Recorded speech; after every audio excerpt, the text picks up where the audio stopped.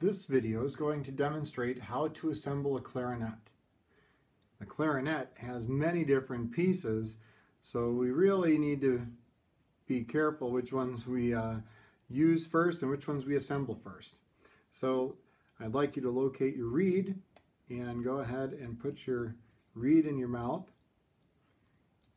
Next, I'd like for you to find the chapstick looking cork grease, and every single piece of the clarinet that has cork on it needs to have grease put on it. This clarinet already has grease on it, and I honestly don't have one with me here for this video, so I won't be able to show you how to put that on. So you put the grease on it and then rub it in with your fingers, then set it back in the case. You may then go and clean your hands and then return to the clarinet. Now for assembling, you take the bell of the clarinet, shaped like a bell, and the joint that only has one cork. And we're going to assemble the clarinet from the bottom to the top. Gently twist and push until it's all the way on. Next, the top section of the clarinet has the most delicate components. It has this key beneath the other side keys. This is called the bridge key. The bridge key bridges the two components.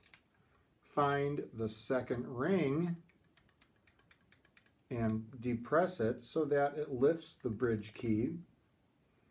Then, just like you inserted the bell, twist and push, twist and push, twist and push, taking good care to make sure that the bridge keys line up and that everything is aligned. When it's done correctly, you'll notice that all of the finger holes are aligned in the front. Next, we need the barrel. It's this part of the clarinet, shaped like a barrel. It will only go on one way. The larger opening goes on the bottom, and the smaller opening is for the mouthpiece, where the mouthpiece is going to go. Twist and push, and now your clarinet is almost ready. Take the clarinet and set it down. We need to put a reed on the mouthpiece.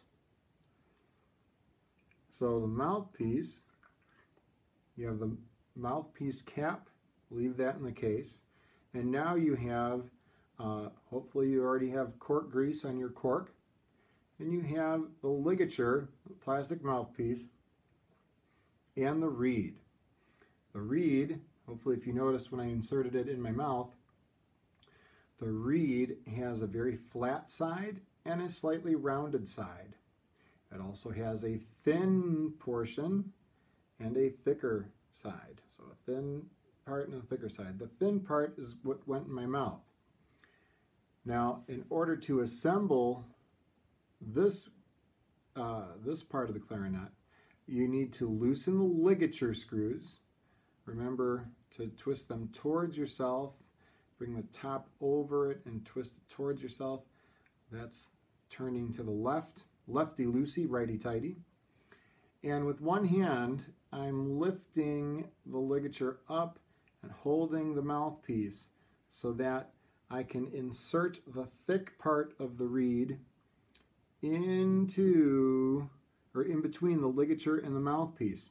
Now what I'm trying to look for is to make sure that I have my thumb on the reed, my fingers are holding the mouthpiece, and my fingers are holding the ligature also. I'm going to adjust the reed so that there is a small black rainbow over the reed. While I'm doing so, I'm also going to make sure to keep the ligature below the little etches on my mouthpiece. And if you don't have an etching there, it's about a little quarter of an inch or so below the slope on the back of the mouthpiece. Now that everything looks like it's aligned, now I need to do righty-tighty to tighten that ligature to hold the reed in place. Now, as you're tightening this, you need to hold on to the ligature in the back. I have my thumb on the reed so it's not going anywhere, and I'm tightening that ligature down. All right.